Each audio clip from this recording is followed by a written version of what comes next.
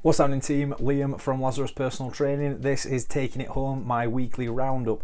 This week, I wanted to talk a little bit about my testing week that I'd been through, and it was all exciting, and I just finished off a block, and what was that going to hold? And then I wanted to talk about some wrestling that I'd watched, and then Boris announced yesterday that we're going into another month of lockdown sound. So that's completely changed around what this video is. What I'm going to do is I'm going to add on the reactions to my test weeks on the back end of this. So if you're interested on that and you're not too bothered about lockdown stuff, spin on forward. But I think this will be really helpful to listen to and to hear, especially if you're not in the best headspace at this moment in time with the new lockdown announcement. Obviously, it's been not out of nowhere, but considering that the day before they were like, this is probably going to happen, and then the next day suddenly we've hit with another lockdown that is pretty much all of us, unless you are working in a school, and then you've still got to keep going into school. And if you're working in a supermarket, you've been doing that throughout anyway. But for a lot of us, where we were finding some normality again, for that to be taken away from us come this Thursday, it's a hard thing to deal with.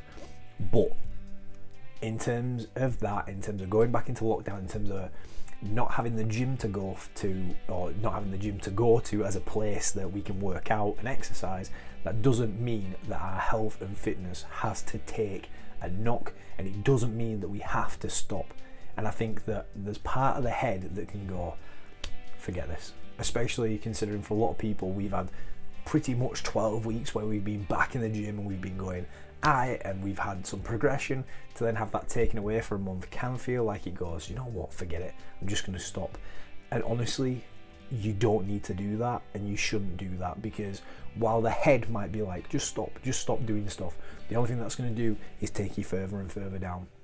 What we actually need to do is still be focused on moving around. So that might be a case that every day, instead of going to the gym to work out, we do a stretch routine. You might do a yoga, you might do a home workout. Is it going to be the exact same as going into the gym and doing it? No, it's not, but it's going to be something. And actually, there's probably a couple of different points that you can work on that is going to elevate your gym progress a little bit. If you can't work out at home, or you don't have the facility to work out at home, could you go out on a walk and do a walk? Could you go out on a run? Yeah, it's not the best weather in the world, but is a bit of rain going to stop you doing something? And if you're really dedicated to your goal, whatever that might be weight loss, it might be toning up, might just be staying healthy and active, is that rain going to stop you from doing that? And if it is going to stop you from doing that, does that goal mean as much to you as you thought it did? Again, I think this is a great point now. If we're looking on the positives out of it, if we're going, okay, we've been handed this, what can we do with it?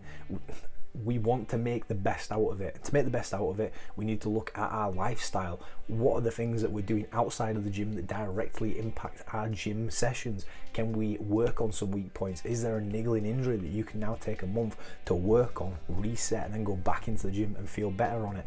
If you have little bits of equipment, are there fundamental movement patterns that you can be working on in a primary basis? Everybody can be doing something to improve their squatting motion, can be doing something to improve their hinging motion, to do their pushing motion. Unfortunately, not all of us have access to a pull-up bar, but shoulder positioning is something that we can all do something towards making better. So don't take this lockdown period or this month of a lockdown and going, you know what, I'm just going to sit and do nothing. I mean, if you want to do that. But I think a lot of us did that through the first big stage of lockdown, and there wasn't much benefit out of it. Nobody felt better coming out the back end of that. So now if we've got a month out, it's a month, we know the end date, we know where this is going to finish up.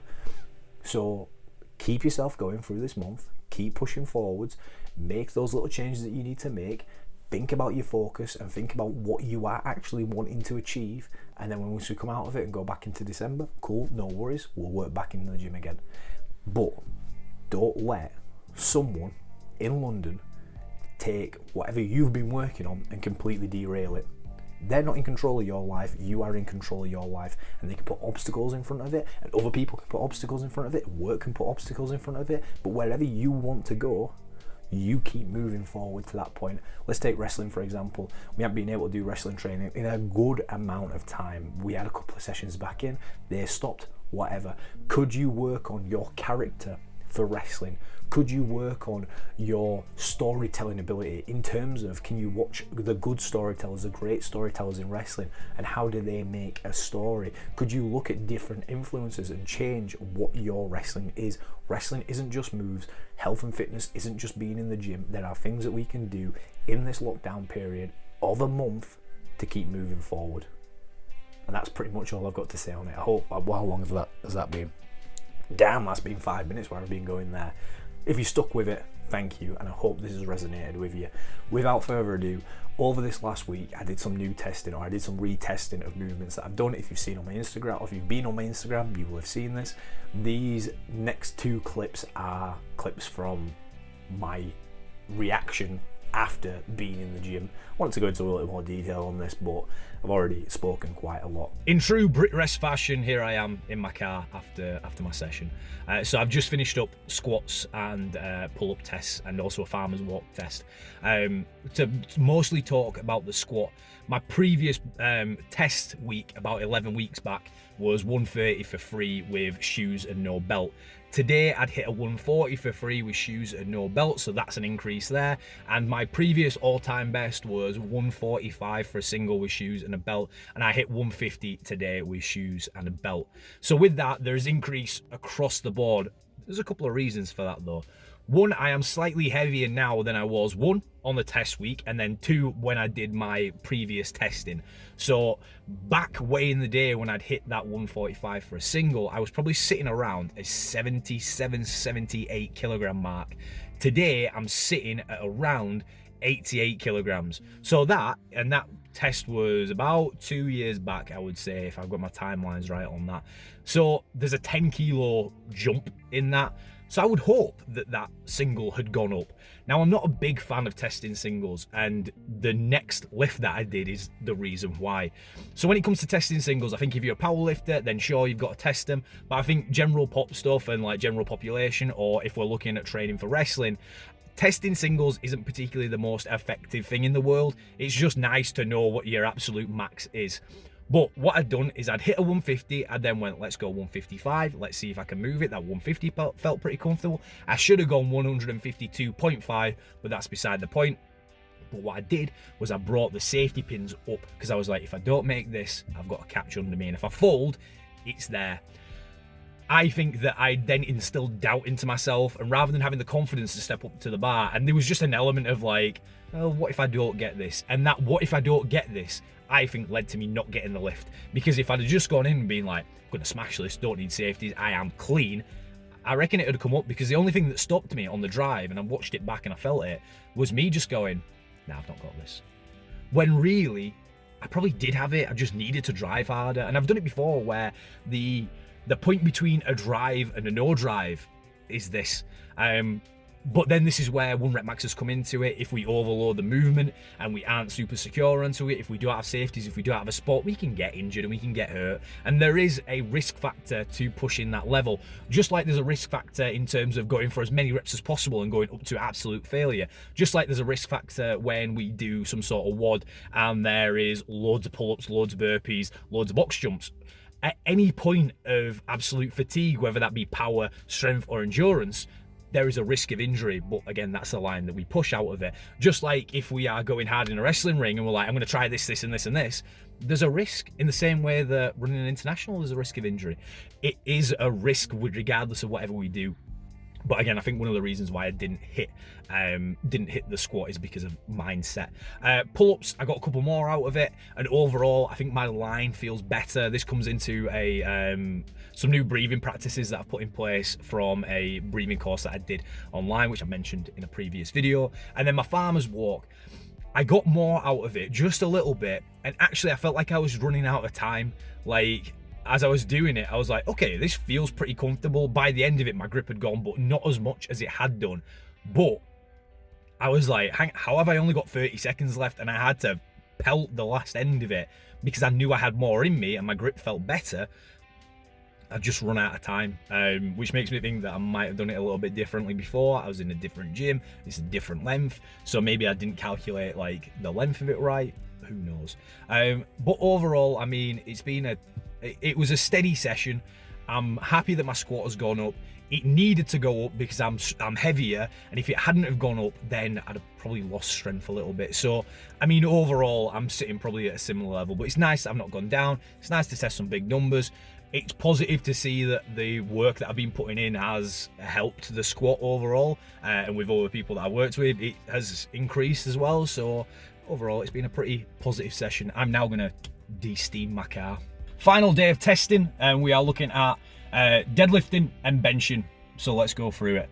For the deadlift, previous at the beginning of this block was 160 for free, no belt, no chalk. It came up, and the grip on my left hand was slightly starting to slip when I first did it, but moved pretty okay. Today, hit the 160 for free, easy, no problem at all. It moved way better. So in terms of progress, the form has got better. That is progression. I then worked up to 170 for free, slightly harder, moved a little less speedy, but still came up for free. Grip felt strong, so I'm taking that as a win. That's an addition, that's got better. And then I had my belt with me, I had some chalk with me, and I went, you know what, I'm going to try some singles, because I sort of went in my head, tried singles on my squat, let's go bench, let's go deadlift, let's see what my overalls are. I worked up to 200 with, did I use chalk? With chalk, no belt, got it up for a single, moved actually really nicely and a load better than my previous ones have done. I tried 205, first off with no belt, didn't come up. Then I tried it with a belt, didn't come up, but my back stayed in a lot better position. That's terrible English. Stayed in a better position overall. So for me, that's progress. That I'm able to maintain my back position, just didn't have the drive through the ground, which is fine. That's something that I will retest at another point. So still, old PB of 205 still stands. It wasn't a great rep by any means. This 200 for a 1 with no belt was a far better form out of it that I'm far happier with. With the bench, previous was 100 for 2, which weren't good. Just about got it, and then I was like, you know what, I'll re-rack this before a free. Today, 100 for free, moved like it was nothing. It was dead easy. Biggest piece of advice I would say for benching is, in your warm-ups, use fat grips. Do I have them to hand? I do.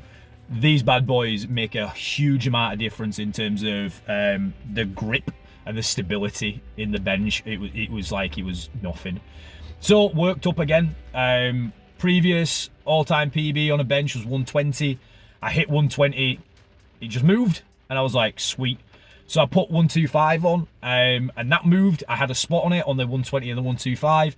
125 came up, hips starting to raise a little bit. I would show you the video, but I forgot to record it because I'm an idiot. So with that, I went, you know what, I'll just put 127.5 on the bar and let's see if we can move it. I had the spot come in and start to lift it. I wouldn't have got that up by myself, which is why we have a spot. It is what it is. I thought I'd try it just for the sake of recording it. I wasn't intentionally going to go for it. I was quite happy with the 125, and then I was like, it's not recorded, balls. Because if it's not recorded, does it even matter? So yeah, that was my overall. Happy days, I guess. I'm pretty happy with how that's gone. I still know there's progress to make. Is what it is. I'm gonna go get some food now. I'm starving. If you've liked this video, give it a like, share it, especially if you think that message at the beginning was helpful. If you've got any questions about what you could be doing to further yourself in this lockdown period, drop me a message and I'm happy to talk about it. Or if you just want to talk, drop me a message, happy to help. If you've got any questions about the lifting that I've been doing and the programming that I've been doing and how that's moved around, again, feel free to drop me a message. If you've got any questions that you'd like me to answer, by all means, drop them in the comments and I will get to those. I've got a good amount of time now that I can be doing that stuff with, and I will see you next time.